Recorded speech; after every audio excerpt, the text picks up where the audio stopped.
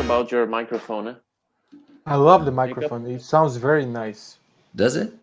Yeah, Yeah, really it's good. very clear, very wow. Can you hit some notes on that thing, Jacob? I could beatbox. Let me hear it.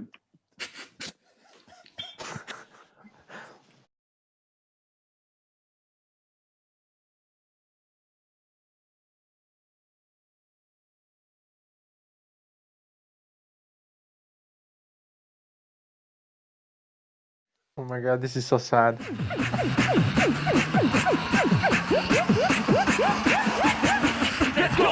Those kids, come before we have not enough time.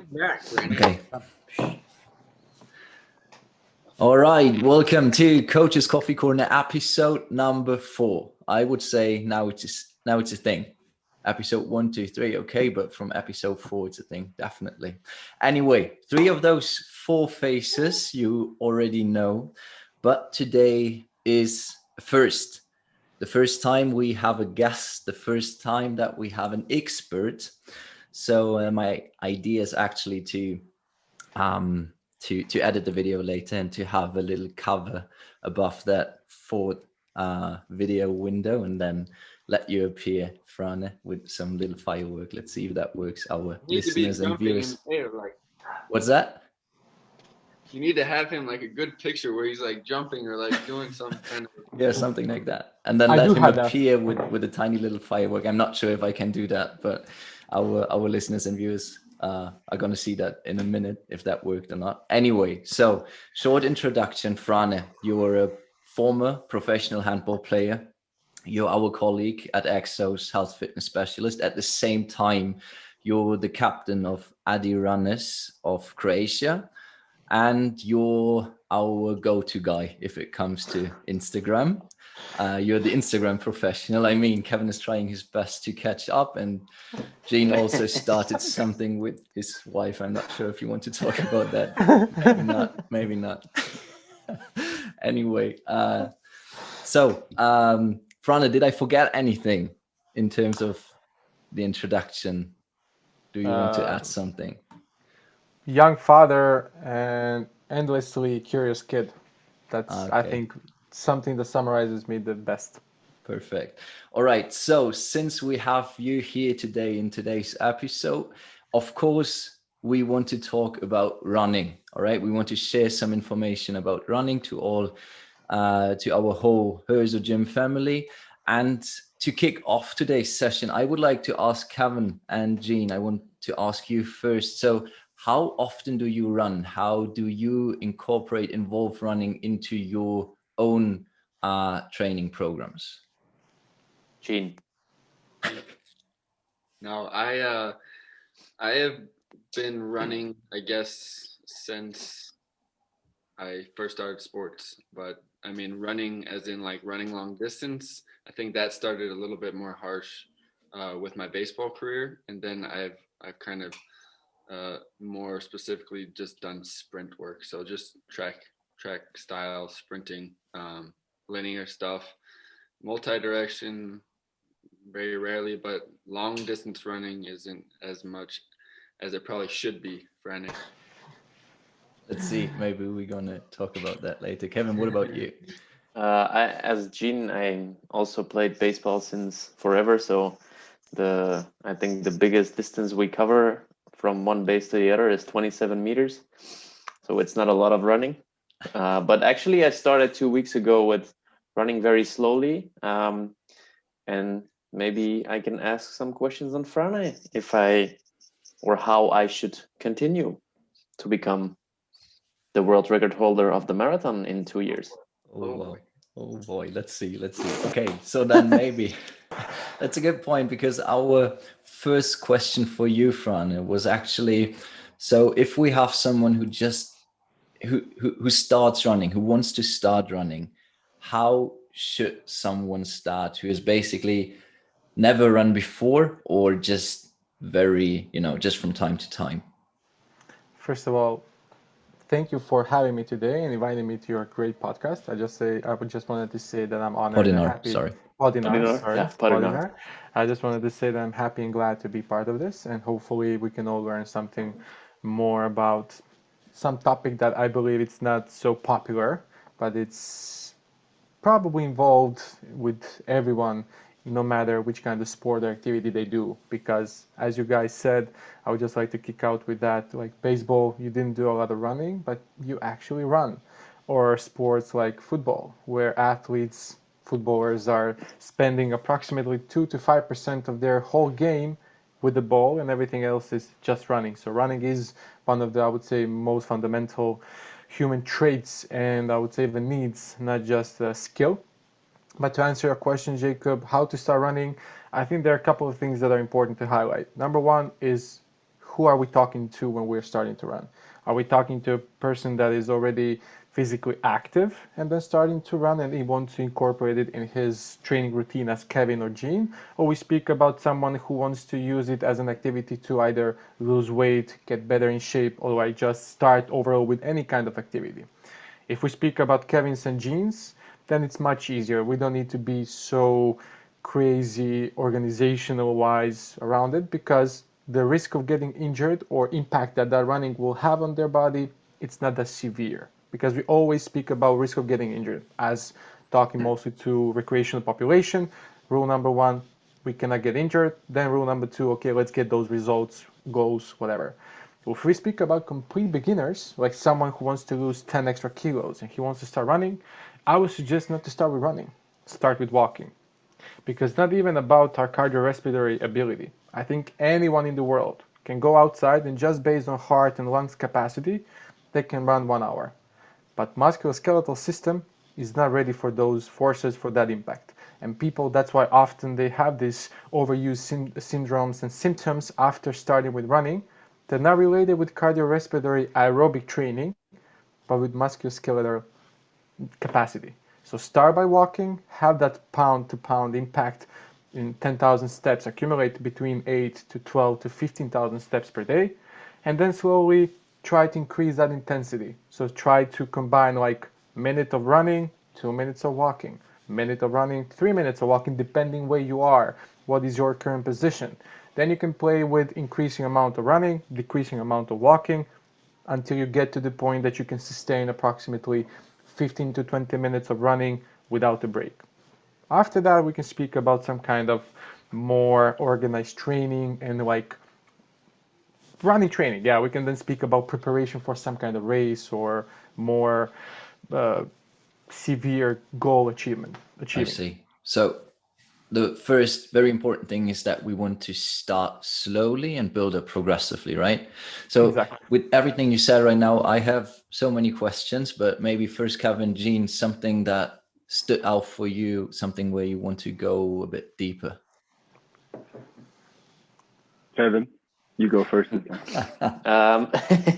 I know as a physio and rehab guy, I was always against running, to be honest, first. Why? Because the most injuries actually happen during running or after running. So I was always a little bit scared to tell people, hey, you should go for a run, even though we are made to run. Our body is made to walk and to run. This is biomechanical. We are made to move this way. So I changed my mind also a little bit. That's why I'm also running the last 2 weeks, because it's part of life. Okay. How like as physiotherapists, how would you say we need to complement maybe some exercises before a run or after a run to make sure people even decrease their injury, even though they just started running or are professional runners? That's always interesting, I think. Yeah, and I like your way of putting, because I was also like that. Most people who come to me to come for running, actually they don't want to run. They want to use running to get fit, so to get other goals. So their not goal is to run, but through that use it for something else. And running, it's not often like a golden grail of change everything, lose weight, gain muscle, be handsome, whatever.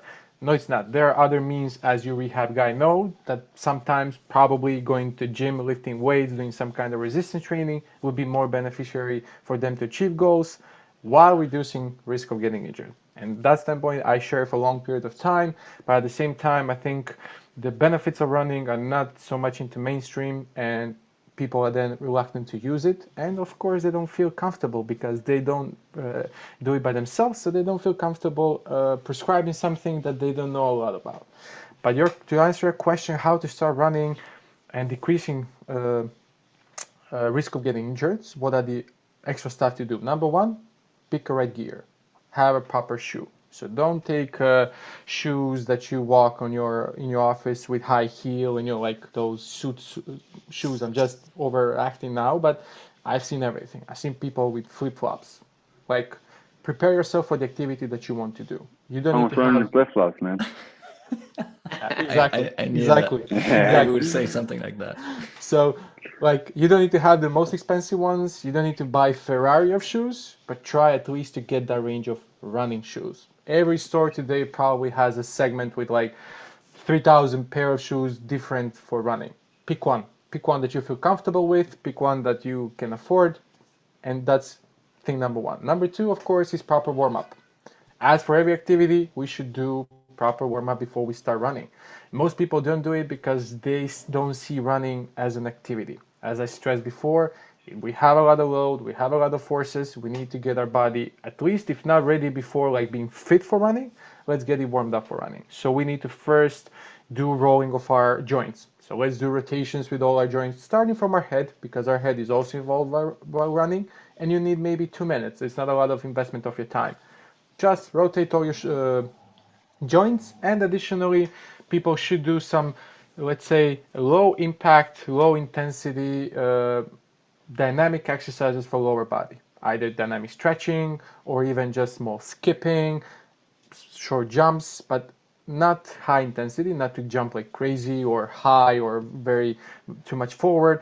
Small stuff that will increase first body temperature, and as well prepare those joints and tendons and muscles for activity that's coming. So nothing fancy. I'm trying really to give like as simple advice as possible, not to go into deepness of which kind of exercises, but do something. Don't just go out and start run. Increase body temperature, get your joints and muscles moving, and then throughout the session, slowly increase intensity. If you want to do something slightly higher intensity throughout the training, don't start immediately with that. Do 10 to 15 minutes either run and walk, or power walking, or walk uphill. Something that will get you to the point that your body is optimally warmed up. So that would be the simplest explanation or recommendation for warm up. Everything you just told us about the warm up, I would love you to tell that to my mom again. Because that's exactly what she does. She grabs her shoes and then she starts running. And she says her warm up is like starting a bit slower than quick. No. That's a warm up until GPS is found with connected exactly. with one. I know. I know. All right, maybe to go a step back again, because you told us something. If clients reach out to you who are beginners, something you tell them, you give them something like you told us about a 10,000 step challenge, or do 2 meetings, 2 video calls, what we all have a lot at the moment, while you're walking outside. Maybe tell us something about that. So in general, when people come to me, like recreational people, they want to lose weight, they want to do gym, and they want to do lift weights and be handsome. But at the same time, we need our job, our, I would say, ethical and moral obligation toward our clients is to help them to live longer. And it's proven aerobic capacity, cardiorespiratory health is one of the main components of longevity. Period. We have so many assessments, so many research done about what's important to stay healthy or live long, and there is only one thing that our experts throughout different professions agreed on, and that's VO2 max, so maximum oxygen uptake, as a one segment that can really be connected with how how long will the person live. There are other aspects, of course, variables, but there's still a lot of discussion around that. So one thing that we know for sure is influencing longevity is aerobic capacity or power. Doesn't matter how we now categorize that. And my job as a coach is to tell that to people, educate them on importance of aerobic training. And then to get them started, the best way I see throughout my experience is to shock them a little bit. Because if we speak about benefits, with all the research and resources around the internet that it's easy to find benefits of aerobic training, people already know that. They don't want to hear that. So we need to open that communication channel, and I open it to the small shock. And then I shock them in a way that if you don't do this, you're going to drastically increase your risk of getting injured or dying soon. But if you do 8 to 10,000 steps per day, so start by walking, getting that routine checked in, you can decrease your risk of getting dead, dying sooner in the next 10 years by 50 to 65%. And that's a small investment for the next 10 years. And that's how I get them buy-in into walking. And then, of course, physiology will help me in my goal to get them to run in a way that they will feel better while walking. They'll feel mentally in a better place because of mindset effect of aerobic activity, and then they will be interested in starting to run. So that's my trick first of getting them that they buy in that running or aerobic training is important, it's good. And then it's going to be easier to sell whatever I want them to sell about how much they should run, where, what, and they're going to buy in all my advices. Because if I start, and I got this from my experience, immediately, you should warm up like this, have these shoes, run like this, they have tendency to go their way because I didn't tell them what they wanted to hear. Makes sense. Absolutely. Gene, you want to say something? You look like you want to say something. No, I'm just listening. It's a lot of good information. I mean, yeah, I was just thinking more on my side. Like, I guess you answered the question of why I should start running. Maybe because I'll live to be 115. But no, that's really, really cool that you brought that point up because, yeah, the cardiovascular respiratory system, it is important to uptake that and keep that going. But I mean, maybe on the flip side of that, I know we all talked about this before, but like, how do you keep the runners running? Like, how do you keep them out there staying healthy? Like, is it important that we contrast this weight room and running together, or is it just like one or the other? Because sometimes I feel like it's like you're either just a runner or a weight room guy. There's no blend, and maybe how do you instruct that as a coach, a running coach? And I'm glad you said this because this is still ongoing battle. Even with people who come to me with this like same goal, just to, like sole goal of running. So they don't want to do gym, they just want to run. It's hard to keep them long into the game because, as you guys know, this is I think universal in the world, but especially in fitness world, that people want too much too soon. They all want to be Schwarzeneggers in 3 months, and before they did nothing for 20 years. Same thing goes for running, with one great disadvantage about running, which is compared to weight training, it's boring because you don't have so many different stuff that you do. You always do the same thing. So people, if they're not intrinsically motivated, they have tendency to really go and do something extra.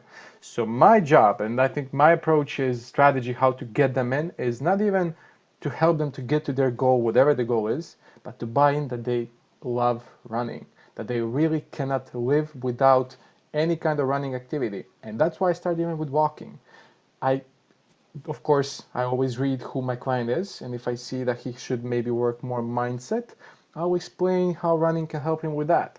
And then he's going to connect running with mental training, and he's going to be doing a lot of running. He's going to fall in love with running, and then it's easy for me to get my goals of increasing his cardiorespiratory capacity, living longer, blah, blah, blah. But always I'm trying to find the key who's going to lock the doors. First, love running, and then we're going to reach our goals. Because a lot of my clients come and say, I want to run half marathon, I want to run marathon. They want to achieve something that is not necessarily related with running, but some goal achievement. And my first thought is, how can I get them to love running? And then this is just a matter of time, how to easy. But to answer also your question on complementing with other stuff, I think it's very important as we speak about longevity, also strength as a capacity of human body and human beings. It's very important. So even with my runners, so people who are already in love with running, then I get to those like substitute stuff like, okay, we also hit the gym. Because I have also the problem with runners, the same thing as non-runners. These guys don't like running, these guys don't like gym. But the same principle, how to get them in the gym, not because of the gym, but through some other roads that will keep them there. So I try to explain, you're going to be a faster runner, go to the gym. Or you're not going to get injured, go to the gym. They start doing that, they fall in love with gym, and then it's part of their lifestyle. So it's all about, I would say, behavioral change. It's not about goal achievements. That's awesome. Can I ask? Yeah, that's huge. That's no. Kevin has a question. Go ahead, Kevin. For a runner, how many times per week should they spend some time at least doing some form of strength training? I think that's important to know. So, do you have anything about this? Yes, of course. So my approach with recreational people, so people who are really, let's call it, intense runners in a way that they run between 30 to 50 kilometers per week, we can say they're moderate recreational people. Everything above that, we can say they're more active or serious, half professional, amateurs or professionals. Below 20 kilometers is just like occasional runner. For those guys who are middle, I always try to have a combination of either 3 to 4 runs per week, depending on their level, plus 1 to 2 strength sessions per week. That's to achieve running goals. But if my goal is to work on someone's health, then I try to have 50-50 ratio. And depending on his characteristics, like mental aspect, what he prefers more, how can I get him to buy in faster, I change the ratios. For instance, if I have a gym guy who wants to include running, I'm not going to start aggressively in a way that running is going to be most dominant activity, even if that's my ultimate goal. I'll still keep his stuff because he's used to this. He feels comfortable here. If I take stuff that he's feeling comfortable in, he's going to start to not trust me that much, or he's going to maybe run away. But if I see that this guy is very easy to change stuff with him, I'll maybe push him more towards aerobic or running activities. But I always try to keep it in balance in a way, 3 compared to 2 strength training, so 3 run, 2 strength. Or if they don't have running goal, then it's more strength, like 3 strength, 1 to 2 running sessions per week. Okay. Very cool. And then if it comes to strength training for runners, what sort of strength training or what sort of gym stuff do you recommend? Is it more finding a balance between then upper lower body or strength training specifically complementing running? What do you recommend there? So again, here we need to dissociate 2 different things. People who are running to compete and people who are running to feel fit and feel better. People who are running to be fit, I think this is universal rule. As for guys who are coming to the gym, like they want to be recreational, feel good, looking good, then I go to like usual bodybuilding / hypertrophy / strength training and playing with that depending where they are, how they feel, and also do they have any other dysfunctionalities with their bodies, like lacking mobility. But it's mostly get them into that generic bracket of being feeling well, moving well, and then improve capacity to move more and more or faster and faster. If we speak about runners who compete, that's a different beast, as speaking about any other sport. So we need to focus more on stuff that are more specific for running, which are unilateral movements, a lot of stuff that include balance as a big important trait in running, but also in postural control. And not about strength and hypertrophy, but power. So I would include more weightlifting, a lot of plyometrics. If we're going to speak about that kind of ballistic training, we can say ballistic, not plyometrics. So ballistic training, power training, and of course a lot of postural control. Not in a plank way that most people see as for runners, so not a lot of body weight training, by the way. That's what I think I would say that I dissociate myself from most running coaches. Okay, that's interesting. And then one more thing, since you just mentioned that, combining running with some mental training, and you already told us that running actually helps to zone in. And I love that. So that has a mindset component. Like you go outside, you go for a run, and that actually gives you the chance to maybe connect with nature, whatever it is. I know that from whenever I go cycling, that's a completely different story compared to, bench press for 3RM. So I have at least it's a different mindset component when it comes to bench press compared to sit on your bike and cycle like 40 kilometers. That's afterwards you just feel different. Yeah, and that's why aerobic activities, but we spoke mostly about running, but in general aerobic activities, so endurance activities like cycling, running, rowing, even swimming, are great mindset activities. Unfortunately, that's a limitation of gym workout or resistance training because it's too complex so that our brain cannot get into the zone because there's so many variables that our brain needs to take in charge of, like speed of the bar, intensity, so weight of the bar, then all the other stuff like coordination between muscles, which is much easier when we move. First, as Gene said at the beginning, we're made for running. So it's also evolutionary, we're much easier prone to this kind of activity. But at the same time, cyclic activities, where we have repetitive redoing all the time the same movement, it's more prone or getting us easier into that psychologists like to call zone, which is a state of effortless movement. You don't feel any intensity, you don't feel any pain, you do feel some, but you think that you can do this forever. Like athletes can get that also doing other activities like basketball, football, but it's much easier to get them while doing cyclic activities. It's possible like to do that. Flow state. Yeah, flow state, exactly. That's the zone. You can get it doing by anything. You can do it by eating, but it requires a lot of exercise, and it's much easier to do it while doing this because it's low intensity. Number one, we need to have some kind of effort to get into it, and we need to have a rhythm. That's why music is great for our mind. That's why music has, for instance, positive effect on even some forms of depression or anxiety because our brain likes the rhythm and it has positive impact on it. That's why the reasons of mindset. And also, as you said, Jacob, one thing that we lack here today is connection with live world, woods, forest, fresh air. We're in office, then we go into office called gym to do some physical activity, then we go into office to eat, like a restaurant, and then we go in office in our bedroom to sleep. So we're always somehow indoors. Like if you would ask people to describe fresh air, I'm not sure a lot of people who live in urban areas would know what that means. Yeah, that's really cool. That's really cool. Beautiful.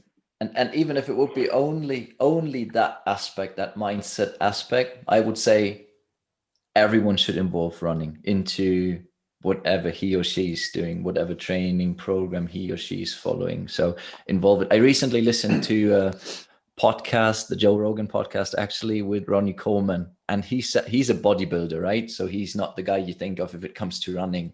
But he said he ran like he walked, but we just said walking is actually a form of running. We can scale it down, maybe running excessively. You don't agree? Okay, maybe you can say something about that in a second, but I just wanted to say that Ronnie Coleman in that Joe Rogan podcast said, so he was on his treadmill 1 hour in the morning, 1 hour in the evening, just for his leanness, to get lean. So somehow running, walking, whatever it is, it has some benefits, some carryovers into every sport.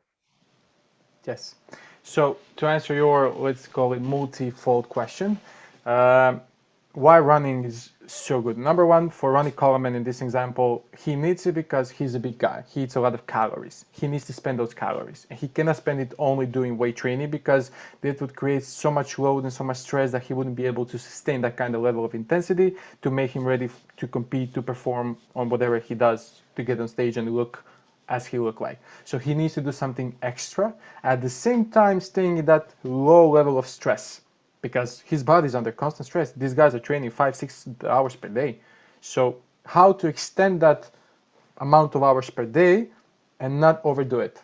That's why he's walking. He's spending some calories, but at the same time, he's not overstressing his body. Also, he's having huge amount of kilos on his joints. So if he would run, it would be like most people putting 50 kilos backpack and run. Not easy for the joints. So he needs to find some kind of moderation, but something that he can still spend a lot of calories. It's not easy for him to sit on the bike for 2 hours, so walking can be a good option. In that way, he's not going to develop cardiorespiratory ability, so I wouldn't say that this is a great thing that he does, but he does it to compete, to be professional. So from that standpoint, when you say about other people why running great thing, and we spoke about so many stuff, it's accessible. It's easy to implement it in everything that you do, and yet there are so many benefits on so many things. So even now working with recreational people, I don't give them running to compete. I give them running as a mental training, because it's proven that people who are having highly stressed work or highly mental stressed work, physical activity is the best way to recharge. But then it's better to give them something that it's, let's call it simple, that he doesn't need to think too much. Because when I have 100 kilos bench over my head, trust me, I'm thinking. Like, that's stress. Because if I make a mistake, I will die. In running, the worst thing that can happen is I can lose maybe a little bit of balance, or I can miss my exit for 200 meters. But there's really low risk of getting injured or severely getting injured. So there's so many benefits of running besides of improving cardiorespiratory fitness, joint health, blah, blah, blah. So that's why. Okay, cool, fantastic. Many great points, guys. Since we are running out of time a little bit, Kevin, Jean, anything else that you want to know that we haven't covered yet? Oh, no, I think I completely agree with Frane. And when I started running the first time, I was like watching, still 20 minutes, still 15 minutes, still. And now after the 6th or 7th time, you don't really look at your watch anymore, and it's done like this. So I think the flow state is working, and I'm enjoying running, I would say, more than I ever imagined, even after 6 times, because that's how many times I did it so far. So yeah, my thing is just the biggest takeaway is the mindset piece. I mean, I've done plenty of things that gets me into the flow state, one being in the ocean, where that is paddling is majority of what you're doing when you're surfing. But running wise, I mean, it's free. You can do it anytime. As long as you're healthy, you can kind of attain this day by day. But like getting your mind in a good place, it kind of is the shifting point rather than just having to do with aesthetics or any kind of physicality things. It has to do with your mind. So that's a powerful piece I'll probably just take with me. I just want to add something that Kevin said, and I think I didn't want to go super deep into science or numbers or research, but something that he said, and I think that's very important from aspect of running. So he's one of the most fit person that I know, like fitness-wise, he's a beast. And yet he said that he had issues running. He was watching like all the time. I'm not sure that that was because he could not sustain that effort, but it was mentally he wasn't ready. So what's a good thing about running? When you go into the gym, you always have rest and work segments, intervals. You don't ever do something for 60 minutes. You don't do even the easiest weight, you don't do it for 60 minutes. You always are resting. But when you do running, 60 minutes, like 10 kilometers, so something, let's call it moderate, it's sustained effort. And that's what our brain wants. That feeling of continuously giving something in. And that's why you see all those photos and images and videos of people passing the finish line in races, marathon races, and they cry, they crash themselves. I saw people who are great CEOs, super successful people. They run very slow half marathons, so they didn't achieve something that is extraordinary. Falling apart, being endlessly thankful to me for helping them achieving that, because it put them in one aspect that they never experienced ever. And that's, I think, unique opportunity that running or cyclic activities, so like cycling, so rowing and swimming, can give that others can't. That's amazing. All right. So thank you very much, Fran. And maybe to wrap up today's session, 1 minute, main takeaways, take-home messages if it comes to running for our listeners and viewers. Okay, this is putting me in spot. And 1 minute. 1 minute. I wasn't thinking of this. I'll try to put it in a 3 key takeaways. So number 1, be moderate. No matter the goal, be moderate in running. So if you want to run a marathon, be moderate in running marathon. Don't put in front of yourself goals to be Kipchoge. That's number 1. Number 2, I like to call it sustainable training for affordable goals. So try to train in a way that you see as a long process, not a short project and then you're out, but see it as something that you can sustain for a longer period of time. And third thing, enjoy. First love something and then challenge yourself, because that's the best way to make sure that you're going to stay into that activity. So use running as it is, as a marathon and not as a sprint. Use it as something that you're going to be using for the next 40 years and not something for the next 1, 2, 3 years while you're going to achieve some goals. So I would say those are the key takeaways for any runner ever. That's fantastic. That was much love better conquers than, all. Yeah. Love conquers all. Those 3 points were much better than 1 minute of pure talking. All right, perfect, fantastic 3 takeaways for everyone. All right, guys, thank you so much. Thank you so much again, Frane. I learned a lot. So that's it for today. Coaches Coffee Corner episode number 4 done. All right, enjoy the rest of your day, enjoy the rest of your coffee. Frane, perfect, you were prepared. Nice. I have mine too. All right, and then hope to see you next time, everyone. Cheers. See you guys. Yeah.